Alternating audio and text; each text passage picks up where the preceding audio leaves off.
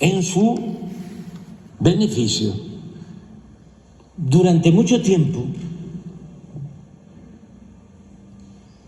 si hay dueños de México, si una minoría se sitúa,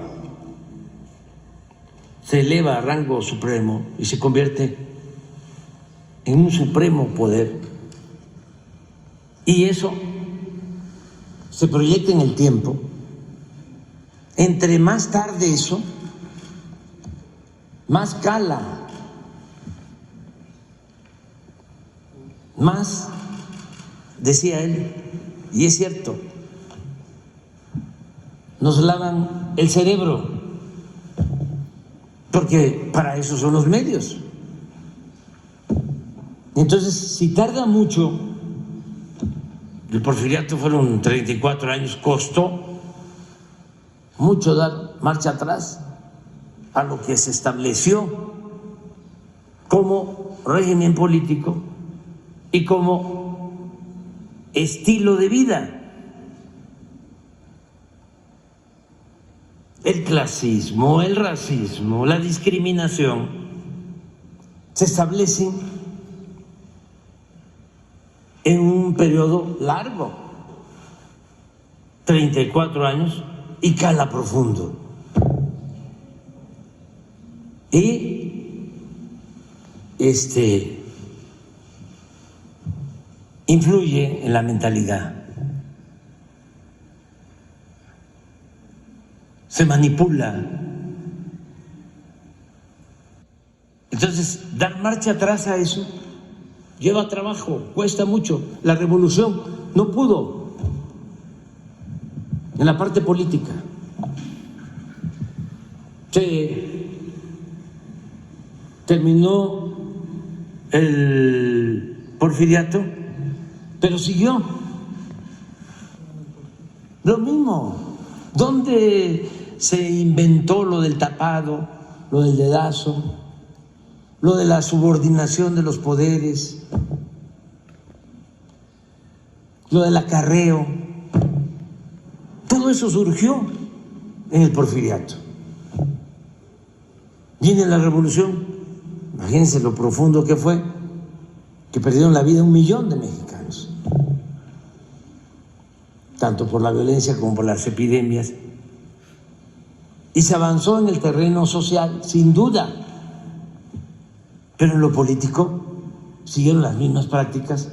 Pues por eso no fue muy difícil crear un partido único, y a eso se refería don Daniel Cosío Villegas cuando decía, ya no está don Porfirio, pero surgió doña Porfiria. ¿Y cuánto tiempo tardó? Es un poco lo que sucede, con todo respeto, en España o en Chile. En España no resolvieron lo de Franco y sigue habiendo franquismo sin Franco. Y en Chile lo mismo, sigue habiendo pinochetismo sin Pinochet. Entonces aquí, ¿saben lo que estamos resolviendo ahora? ¿Sí? Lo del salinismo como política.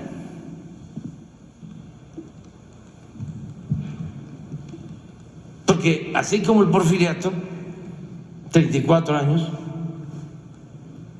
el llamado neoliberalismo o neoporfirismo fueron 36 años.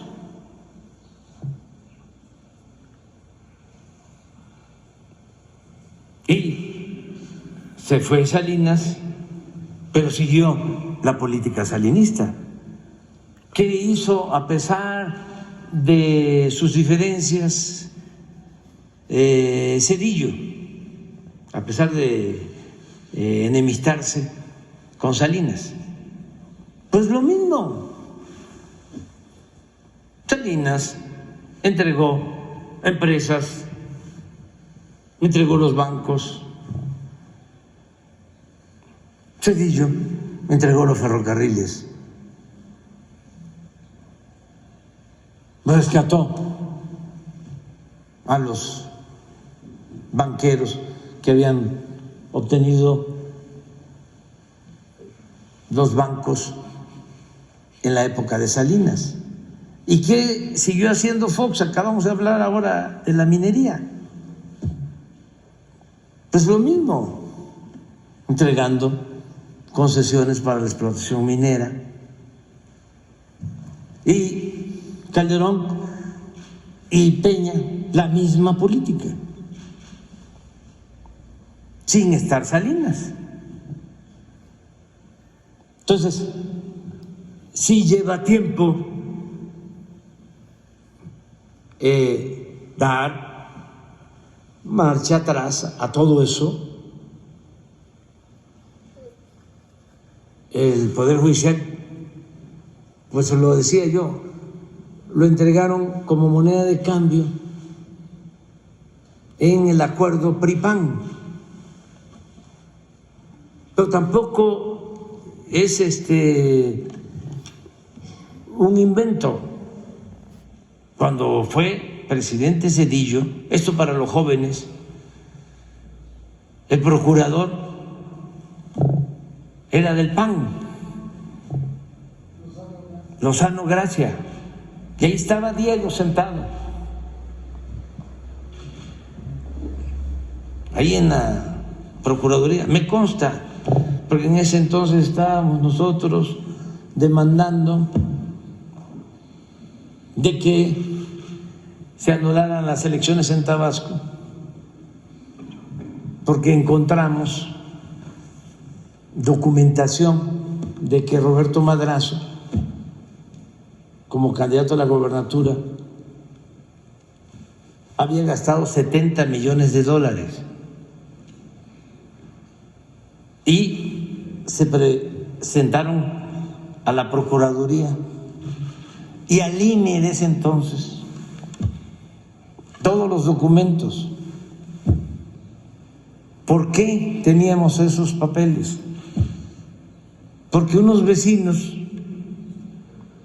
entregaron unas cajas que pensaron que eran boletas que habían utilizado para el fraude electoral, y no, era todo el archivo contable del PRI de Tabasco, y como lo manejaba un contador público,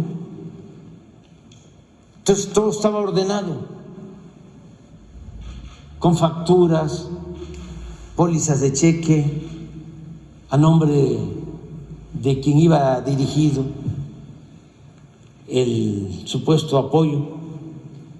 Creo que en ese entonces se permitían 3 millones de pesos como gasto de campaña,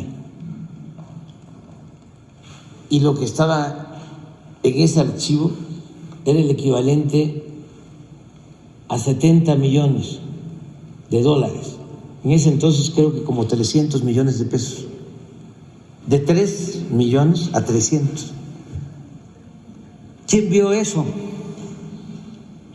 Pues Lozano Gracia, con Diego. ¿Ustedes creen que se hizo algo?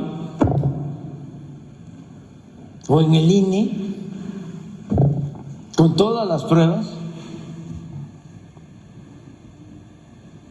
se rebasó sin problema el tope de campaña?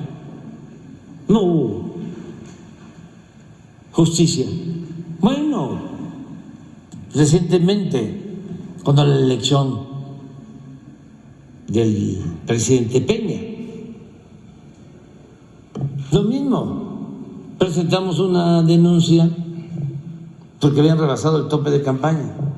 ¿Qué resolvieron los del INE y los del tribunal? Que los que habían rebasado el tope de campaña habíamos sido nosotros. Ahora está en la cárcel el señor Lozoya, y ya declaró de que sí recibió dinero para la campaña del presidente Peña. ¿Ya qué se hace? Entonces, basta de simulaciones. Si me preguntan qué hacer, no hay más que el método democrático, que el pueblo elija para que la autoridad,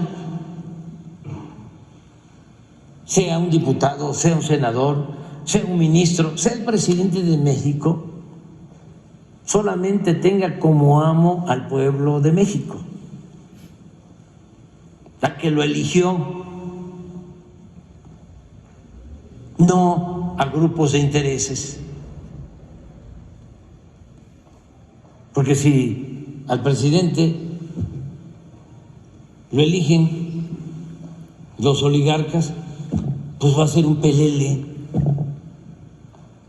un títere de los potentados, y no va nunca a voltear a ver al pueblo. Por eso, una de las cosas más importantes que estamos llevando a cabo es la separación tajante del poder económico y del poder político. El que el gobierno represente a todos, pero eso les cuesta mucho trabajo a nuestros adversarios conservadores aceptarlo, porque ellos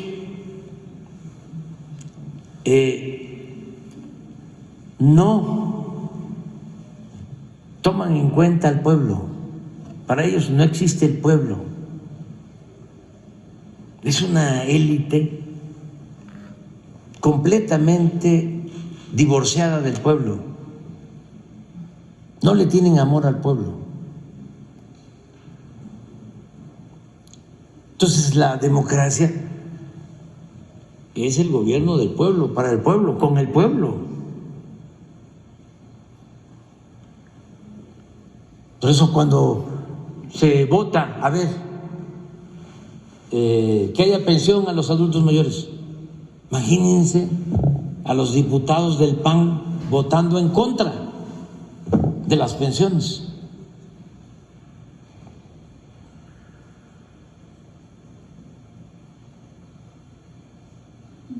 Cuando se decidió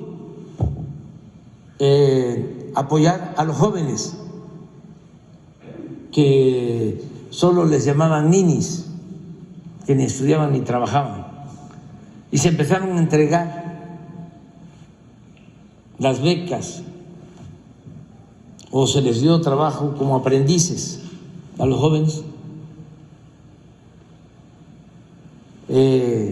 hubo una campaña de jóvenes fifís en contra de esa política.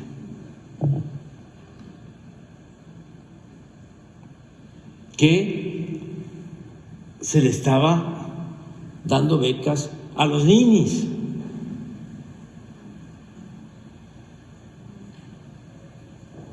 Afortunadamente, pues ya las cosas en México son distintas, ¿no? Y eso nos ayuda mucho.